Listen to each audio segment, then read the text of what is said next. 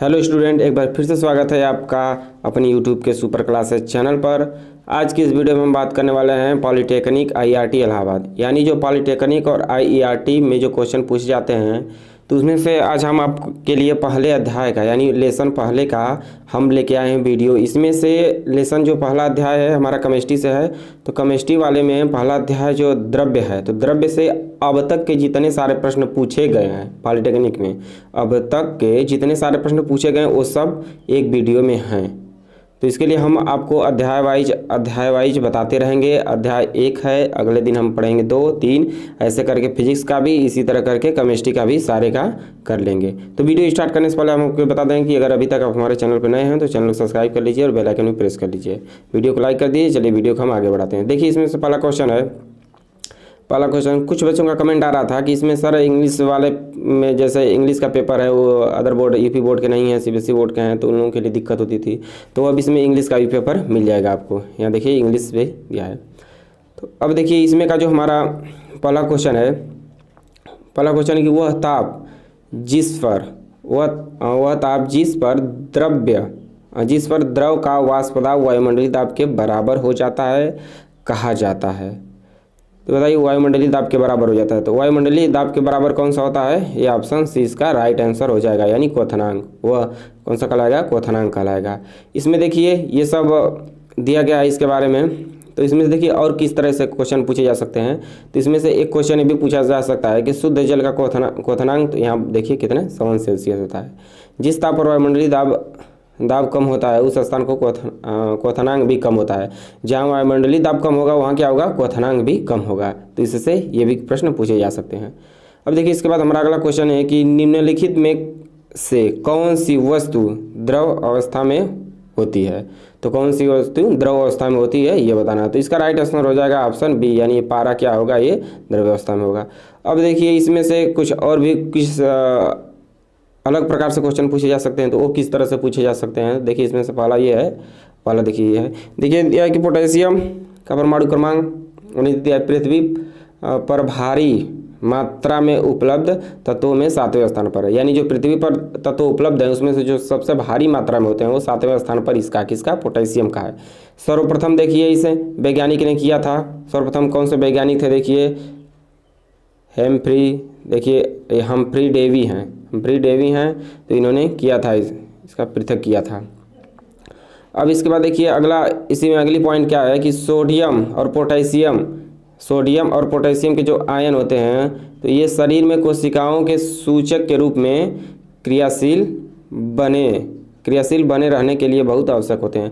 तो इसमें से अगर क्वेश्चन पूछ दे कि सोडियम और क्रियाशील बने रहने के लिए, यानी शरीर की कोशिकाओं के सुचारू रूप से क्रियाशील बनने के लिए कौन से तत्व होते हैं या कौन से आयन होते हैं, किसके आयन होते हैं? तो ये किसके हो जाएंगे? किसके? सोडियम और पोटेशियम के। तो यहाँ से कर लीजिएगा। इसके बाद अगला देखिए इसी तरह है कि सोडियम तथा पोटेशियम प्रबल क्षारीय धातु होते हैं, ये जल में शीघ्र क्रिया करते हैं, ये हो जाएगा। इसके बाद देखिए हमारा अगला क्वेश्चन हमारा ये है कि तापमान पर निम्नलिखित में से कौन सी वस्तु कमरे के तापमान पर द्रव अवस्था में पाई जाती है? तो कौन सी वस्तु कमरे के ताप पर द्रव अवस्था में पाई जाती है? तो इसका राइट आंसर हो जाएगा ब्रोमीन। कौन सी? ब्रोमीन, ऑप्शन बी इसका राइट आंसर हो जाएगा। और इसमें से किस प्रकार से क्वेश्चन पढ़ेंगे आप? इसको भी आप पढ़ते रहिए, ये भी जो है आप पढ़ लीजिएगा, ये सब के सब पढ़ लीजिएगा, सब के सब इंपॉर्टेंट है। सारे सवाल के जवाब सिर्फ एक ही वीडियो में मिल जाएंगे। हर एक लेसन का ऐसे आप लोग कर लेंगे तो आपकी तैयारी अच्छे से हो जाएगी। इसके बाद देखिए इसी में कि हैलोजनों का गलनांक क्वथनांक बहुत कम होता है। हैलोजन, तो यानी हैलोजन परिवार वाले कौन से होते हैं? जिनकी संयोजकता 1 होती है, यानी फिरकल बाहर आई आंटी, फिरकल बाहर आई, ये फ्लोरीन क्लोरीन बाहर ब्रोमीन, ये सब के सब आ जाएंगे हैलोजन में। इसके बाद आयोडीन सामान्यतः पर ठोस अवस्था में पाया जाता है लेकिन ऊर्ध्वपातनशील पदार्थ है। तो आयोडीन के बारे में बताया गया है, तो इसको ध्यान से पढ़ लीजिएगा, ये सब के सब इंपॉर्टेंट क्वेश्चन हैं। इसके बाद अगला क्वेश्चन हमारा है कि गैसों द्वारा लगाया गया दाब उनके निम्नलिखित गुणों के कारण होता है। तो उनके कौन से कारण होता है ये पूछ रहा है। तो उनके गुण में ऑप्शन देखिए दिया है, तो ऑप्शन इसका राइट आंसर हो जाएगा ऑप्शन सी अनियमित गति के कारण होता है। किसके कारण होता है? अनियमित गति के कारण होता है। अब इसमें देखिए, इसमें भी दिया गया है, तो ये सब पढ़िए ध्यान से। और इसमें किस तरीके से और पूछ सकता है, तो पूछेगा इसमें देखिए क्या है, ये देखिए, द्रवों एवं गैसों में बहने का गुण पाया जाता है, इसके विपरीत ठोसों में बहने का गुण नहीं पाया जाता है। तो यहाँ से ये सब पढ़ लीजिएगा। इसके बाद हमारा अगला क्वेश्चन है कि गैसें आयतन ग्रहण करती हैं, तो इसका राइट आंसर ऑप्शन डी, बर्तन का। यानी गैस जो होती है किसका ग्रहण करती हैं? आयतन, बर्तन का ग्रहण करती हैं, इसका राइट आंसर। ये सब के सब देखिए किसी न किसी ईयर में पूछे गए हैं। देखिए जी कब 2012 में पूछा गया है, इसके पहले 13 वाला 14 वाला, मतलब जितने इस लेसन से द्रव से जितने भी प्रश्न हैं सब के सब पूछे गए हैं, सब के सब पूछे ही जाने वाले प्रश्न हैं। तो इसको और किस प्रकार से ये प्रश्न पूछ सकता है, और पूछ सकता है कि ठोस, यहाँ देखिए ठोस पदार्थ असंपीड्य तथा दृढ़ होते हैं। ठोस जो पदार्थ होते हैं कैसे होते हैं? ये असंपीड्य होते हैं। इसके बाद अक्रिस्टलीय ठोस, यहाँ देखिए अक्रिस्टलीय ठोस के कण जैसे परमाणु आयन अथवा गुण अनियमित क्रम में व्यवस्थित होते हैं। ये सब के सब देखिए ध्यान से इसको पढ़ लीजिएगा अच्छे से, सब के सब ये जो जितने ज्ञान बिंदु हैं, हाइलाइट्स जितने हैं, ये सब के सब पढ़ लीजिएगा। ये सब के सब इम्पॉर्टेंट क्वेश्चन हैं। इसके बाद हमारा अगला क्वेश्चन है कि गैसों के नियम प्राप्त किए जाते हैं, गैसों के नियम प्राप्त किए जाते हैं। तो इसका राइट आंसर है ऑप्शन सी, आदर्श गैस समीकरण द्वारा। गैस के जो नियम होते हैं वो प्राप्त किए जाते हैं कैसे? आदर्श गैस समीकरण द्वारा प्राप्त किए जाते हैं। अब इसके बाद देखिए इसमें भी ज्ञान बिंदु दिया गया है, हाइलाइट्स दिया गया है, तो इसको भी आप पढ़ लीजिएगा। जैसे देखिए ये दिया गया है कि आदर्श गैसों के श्यानता का गुण नहीं पाया जाता है।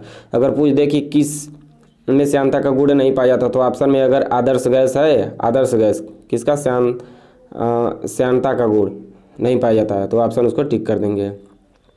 इसके बाद हमारा अगला प्रश्न है कि गैसों की तुलना में द्रव होते हैं, तो गैसों की तुलना में द्रव होते हैं, तो ये बताना गैसों की तुलना में द्रव होते हैं तो क्या होते हैं? असंपीड्य होते हैं। क्या होते हैं? असंपीड्य। इसका राइट आंसर असंपीड्य। ये इंग्लिश वाला भी है, आप इसको भी पढ़ लीजिएगा जो सीबीएसई बोर्ड से रहेंगे। अब इसके बाद देखिए ये देखिए ये भी प्रश्न पूछा गया है, तो इसको सारे के सारे ये जो प्रश्न हैं सब पूछे गए हैं।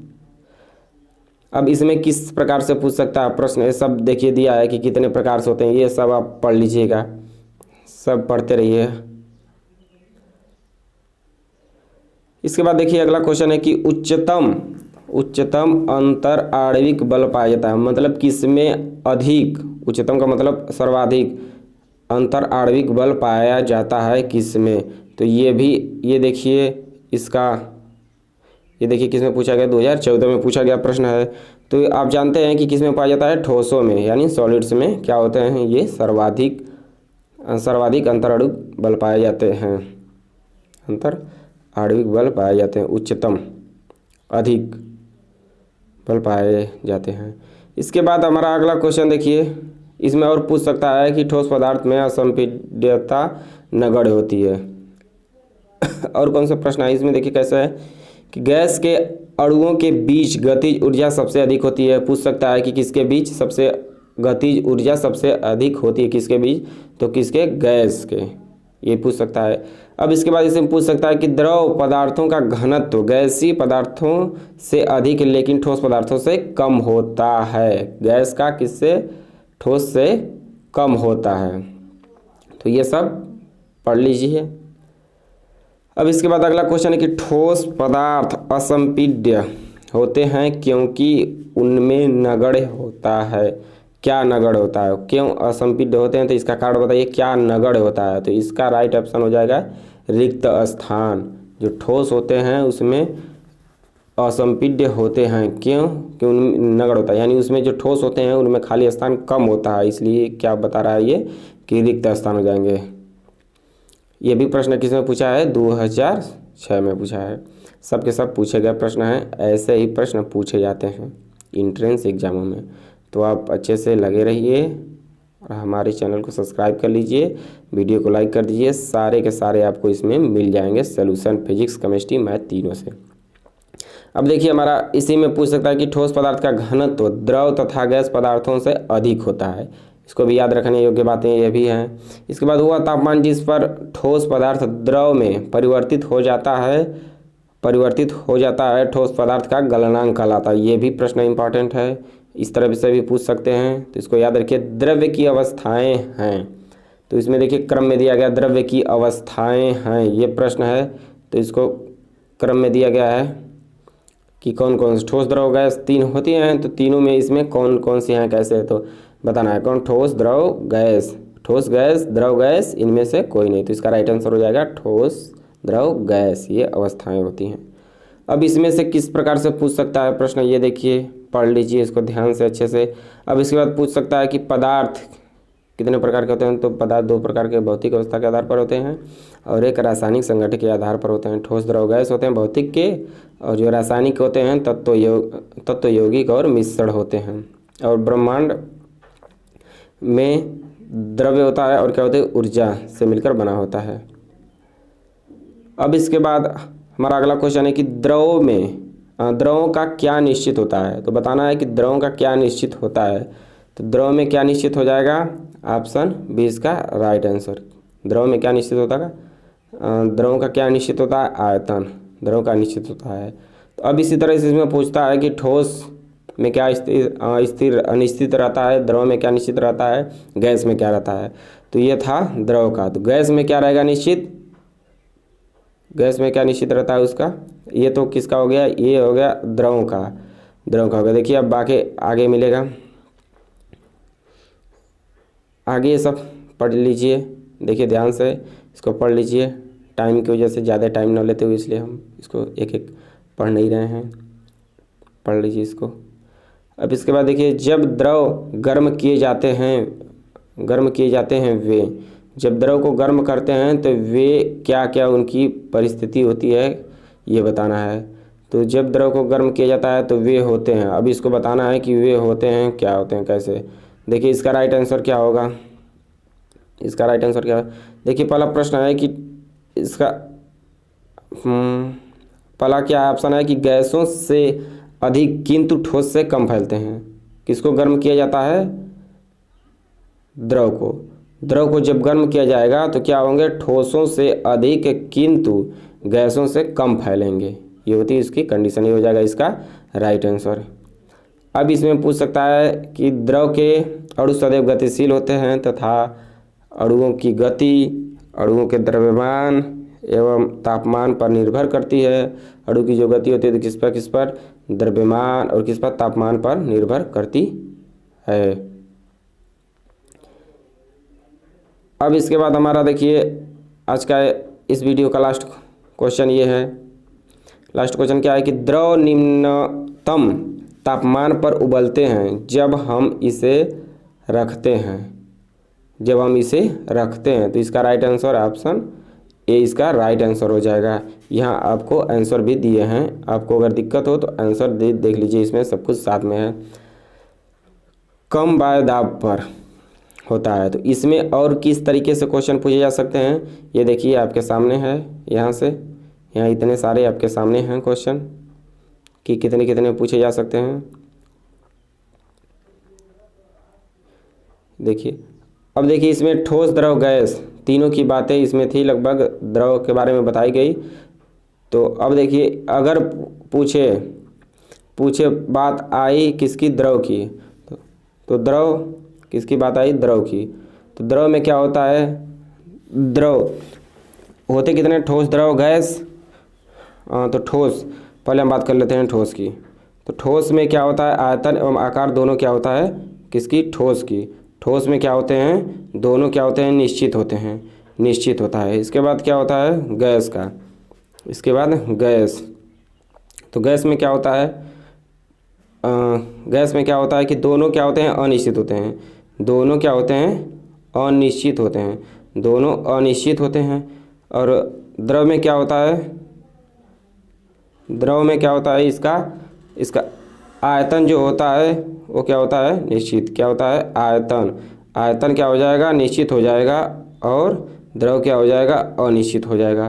तो ये सब रहे। तो आज के लिए बस वीडियो में इतना ही। अगर वीडियो अच्छी लगे तो कमेंट बॉक्स में ज़रूर बताइए और वीडियो को लाइक कर दीजिए, चैनल को सब्सक्राइब कर दीजिए। धन्यवाद।